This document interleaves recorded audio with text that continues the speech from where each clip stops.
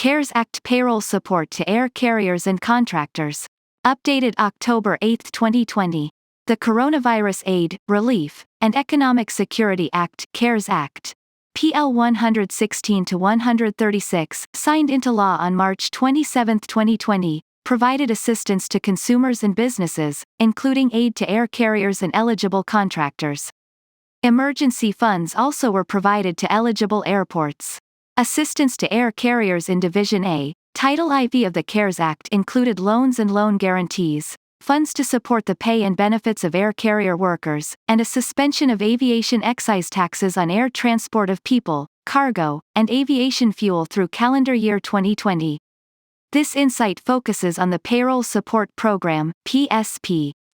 Section 4112 of the CARES Act provided $32 billion in payroll support to aviation workers.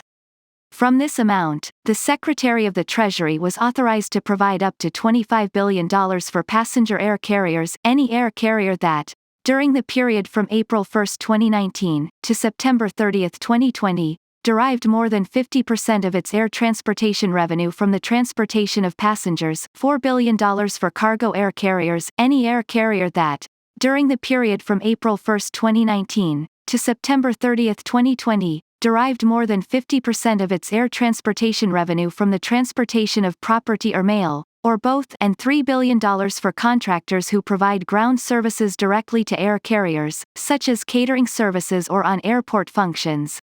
The law specified that the amount received by each air carrier or contractor was to be based on its payroll expenses for the 6-month period from April through September 2019, and that the payroll support funds must be used exclusively for continuing the payment of employee wages, salaries, and benefits.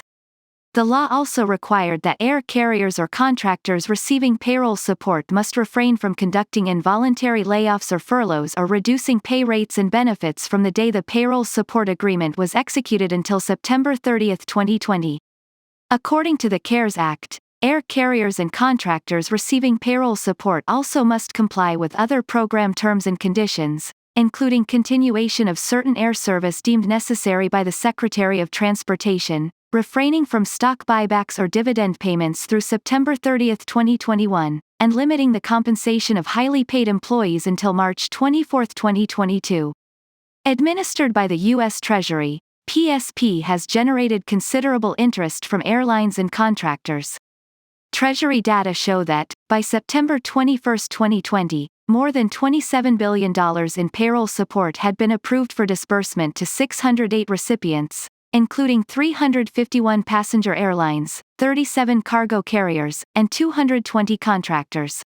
Although Treasury set April 27, 2020, as the deadline for PSP applications, it agreed to accept and consider applications beyond the deadline, subject to the availability of funds.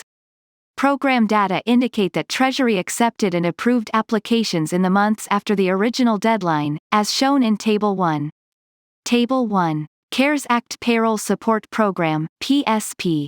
As of September 21, 2020, Treasury data indicate that the first group of agreements was reached with a number of passenger airlines on April 20, 2020, and about 72% of the passenger airlines' payroll agreements occurred in April and May. The first batch of agreements with cargo airlines was reached on May 8, 2020, followed by contractors in mid-May. Table 1. Contractors' payroll support agreements were disbursed relatively evenly in May, June, and July. The timing of PSP agreements suggests that passenger airlines were the first group affected by the abrupt drop in air travel as a result of the COVID pandemic, followed by aviation contractors downstream. Air cargo carriers have been less affected. The data also indicate that, as of September 21, 2020, over 97% of the $25 billion appropriated for payroll support to passenger airlines was committed, compared with approximately 80% of the $3 billion for contractors and about 20% of the $4 billion for cargo carriers. This also appears to agree with reports that cargo carriers have been faring better than passenger airlines. As one of the PSP requirements prohibits involuntary furloughs or pay rate reductions through September 2020, many airlines have asked employees to voluntarily take a leave of absence and/or begun to offer voluntary separation packages. Airlines also have warned employees about possible furloughs in October. Airlines and union groups have been advocating for continued federal aid. However, the payroll support benefit did not expire on September 30, 2020.